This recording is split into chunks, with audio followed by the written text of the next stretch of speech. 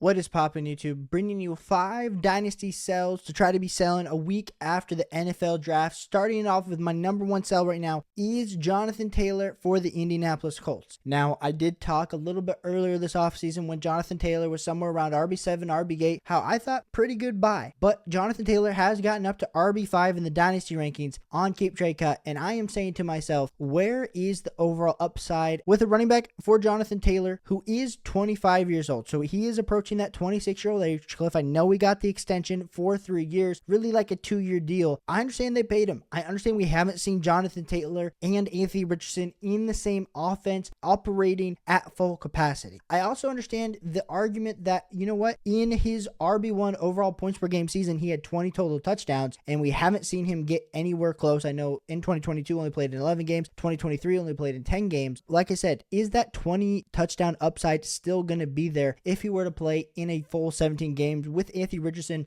who likes to run the ball? Because he did have 8 total touchdowns in 2023, but he's playing with Gardner Minshew. So as for me, when I'm looking at Jonathon Taylor, if I can pivot into some options like a Brandon Ayuk or a Drake London at wide receiver, if I can pivot into someone like a Drake May, like those are deals that I would be liking to do with my Jonathon Taylor shares. And if you absolutely need running back, you can tear off of Jonathon Taylor to get into a guy like Rachaad White, maybe pick up a late first. If we're looking at some deals that have gone down on Dynasty Daddy, we got a deal of Jonathon Taylor for the 106 and the 306, like that deal for the 106 side. We got Jonathon Taylor in the 303 for the 107. So like I said, in that range of like a Drake May, a Romo Dunze, a Brock Bowers, like I wouldn't necessarily be trading Brock Bowers straight up for Jonathon Taylor, but if I'm getting Rome, if I'm getting someone like a Drake May, I like those deals. So Jonathon Taylor, he is my number 1 sell, not because I don't like him as a player, not because I don't think the upside is there. I just think the cost is getting a little bit much for me. I will definitely be buying if there is a little bit of a dip that ends up happening as we approach the season. But right now at these current prices, I am out on Jonathon Taylor and I've gotten him off my roster. My second player that I'm selling is going to be JJ McCarthy. And I know some of you have had your rookie drafts. I know some of you have not had your rookie drafts, but JJ McCarthy's value has gotten out here in the streets high. We're talking right now as overall player 45 on Keep Trade Cut. We're looking at him right now as QB 18. We're looking at guys around him like Michael Pittman, like Brock Bowers, like Travis Etienne, DJ Moore, Trey McBride, Jordan Addison. I understand JJ McCarthy gets that first round top 15 type draft capital to the Minnesota Vikings. We do have Sam Darnold there, but definitely Sam Darnold is more of the short-term play. JJ McCarthy is the long-term play. Here are my thoughts with JJ McCarthy. If you need a quarterback, can I tear up into JJ McCarthy and get into a guy like Dak Prescott? Get into a guy like Tua, who we know is going to be starting in their offense. And I know Dak Prescott, we don't know what the long-term contract play is, but he will have a job in the NFL going forward. Same with Tua Tagovailoa. So for me, I understand the upside is there with JJ McCarthy, but we did not see that type of prospect, that type of elite level throwing prospect. I know he in the boards, a bunch of people had him as QB4. When I'm looking at this value, I understand I got a bunch of people that are Minnesota Vikings fans that tune into this channel. He's got Justin Jefferson, he's got TJ Hawkinson, he's got Jordan Addison. But when I can get into a safer asset at this point, that's what I'm looking to do, because one of these safer assets is also going to help me score fantasy football points. And JJ McCarthy, cool, it might be the golden ticket, but it's a golden ticket that I'm a little bit worried about cashing. And as much as we know Jaden Daniels, Caleb Williams, Drake May kind of have a little bit more of that name cachet, JJ McCarthy kind of got that cachet too, and I'm just not super excited about the situation. Now, I love the coaching, I love the weapons, so don't hear me when I'm wrong. I love that going for JJ McCarthy. I just think if I see at this current value, I'm trying to get out. But those are some offers that if I've drafted JJ McCarthy, if I'm about to try to draft JJ McCarthy, trying to target Dak and Tua if I need a quarterback, or some of these other offensive weapons around JJ McCarthy. My third must-sell player right now in Dynasty Fantasy Football after the NFL draft is going to be DK Metcalf. And I have been beating the drum for Jackson Smith and Jigba, JSN, in the Seattle Seahawks offense. We talk about a new head coach, a new offensive coordinator, a lot of things are looking up for the Seattle Seahawks offense. And you would say to me, well, Caleb, if you're so excited about JSN, you should be feeling the exact same way about DK Metcalf. Right now on Keep Trade Cut, DK Metcalf is wide receiver 21.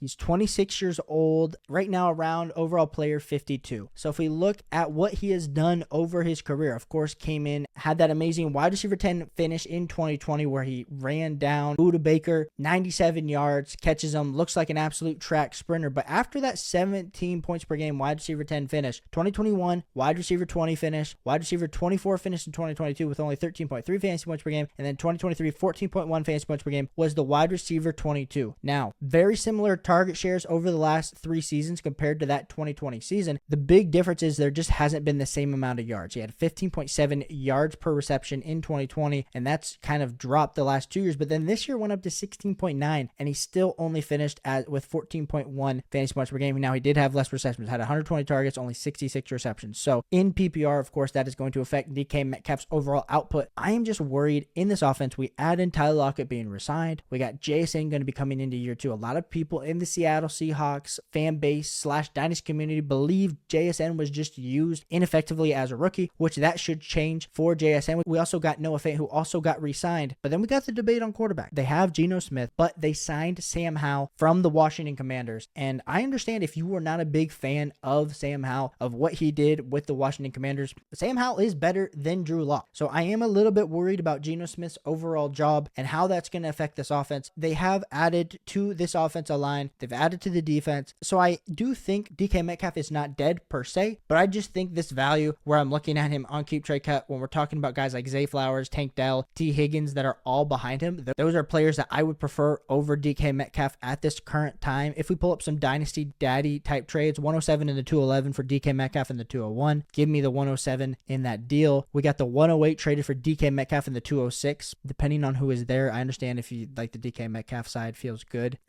I probably lean the 108 there. We got Michael Pittman for Rashid Shaheed and DK Metcalf. I like the Michael Pittman side. Like, those are some deals for DK Metcalf that if I'm trying to get off, I feel pretty good about the value, because like we said, you can always buy back into these guys, but DK Metcalf's getting into that point where we haven't seen the absolute ceiling. Like, is his absolute ceiling wide receiver 10? Potentially, but he is going to be, he's 26. He will be turning 27 this year. So just a little slightly worried about DK Metcalf, and that's why I have him as a sell. My next guy we're going to be talking about as a sell is going to be Jonathon Brooks. And Jonathon Brooks, shout out to him getting day 2 draft capital to the Carolina Panthers. But let's not forget, Jonathon Brooks is coming off an ACL injury. And we look at Jonathon Brooks right now. He is RB12 on keep trade cut. We've boosted him. We saw what Dave Canales did with Rachaad White. We got really pumped for Jonathon Brooks' overall upside in this offense because we got Chuba Hubbard in the backfield. They added a ton of weapons. Jatavion Sanders, Xavier Legette. You already got Jonathan Mingo, Adam Thielen, Deontay Johnson. So a lot of people are like, hey, we saw how Rachaad White got used. Jonathon Brooks is going to get used the same exact way. And while I hear that and understand that, I just do not agree with his current price of overall 74, RB12. He's already priced as a back-end RB1 in Dynasty. And when we're looking at value-adjacent running backs, you got James Cook, Isaiah Pacheco, Josh Jacobs, Rachaad White. Like, I understand Dave Canales left, so I'm maybe a little bit worried about Rachaad White, but give me Rachaad White over Jonathon Brooks. Like, I understand the draft capital got second round, but Rachaad White's already proven it 2 seasons in a row, this last one being his best season. Why are we having Jonathon Brooks 3 spots ahead? Kenneth Walker, I think Kenneth Walker's a sell. Kyron Williams, I think, is a sell, just based on their value, adding in the draft with Blake Corum. But could I add a little small piece to Jonathon Brooks to get up to one of those guys? Like, I would prefer that a lot more. We're talking about value-adjacent guys to Jonathon Brooks. Can I trade Jonathon Brooks for Bryce Young in a Superflex format? Think that could definitely be something of discussion. Could I trade Jonathon Brooks for a guy like Travis Kelce if I'm absolutely win now and can get a hammer at the tight end position? Can I trade Jonathon Brooks for, like we said, a guy like George Pickens? Like, those are type of deals, value-adjacent moves that I actually prefer Jonathon Brooks over something like where he's being drafted as RB12. I think he's a very talented player, but sometimes these rookies get boosted in these early processes after the draft, and I just get a little bit concerned about a guy like Jonathon Brooks. So let me know what you think of Jonathon Brooks down below. Maybe I'm wrong. Maybe you disagree with me. I want to hear your thoughts. And my final 5th must-sell player is going to be Tyjae Spears for the Tennessee Titans. And while Tyjae Spears avoids any major additions to the draft in free agency, of course, they add Tony Pollard to a pretty big deal. Now, Brian Callahan is coming over from the Cincinnati Bengals to the Tennessee Titans. We're looking at this offense and we're saying, hey, you got Will Levis year 2. We're hoping for some improvements. They got Calvin Ridley, who they signed in free agency. You still got DeAndre Hopkins. You still got Chig. So you're like, okay, there's some weapons. They still got the ghost of Treylon Burks. For me, the big issue with Tyjae Spears is he's overall player 114, RB21. So Tyjae Spears is not necessarily being almost valued as a backup running back. We got him in the same range as Joe Mixon, as Amir White, as Derrick Henry, as Najee Harris, as Ramondre Stevenson. And I just cannot get on board with Tyjae Spears. I understand he's 22 years old. This last year, only 9.1 fantasy points per game. He was the RB38. So let's say things get better. Let's say that the argument that you're going to make is that, hey, you know what? Derrick Henry had a ton of snaps last year. Tyjae Spears just didn't get his opportunity. Well, if you look into the snap share numbers, Tyjae Spears was RB27 on snap share with a 52.9% snap share. So he was on the field almost almost 50% of the time. And so you're saying that Tony Pollard, can he take the other 50%? Sure. But we just saw with a 50% snap share, only 9.1 fantasy points per game. He had 100 rushing attempts, 4.5 yards per carry, 52 receptions for 385 yards. Okay, cool. Maybe he goes up to like 60 receptions this year. Maybe that pushes him up to like RB 35 on a points per game basis.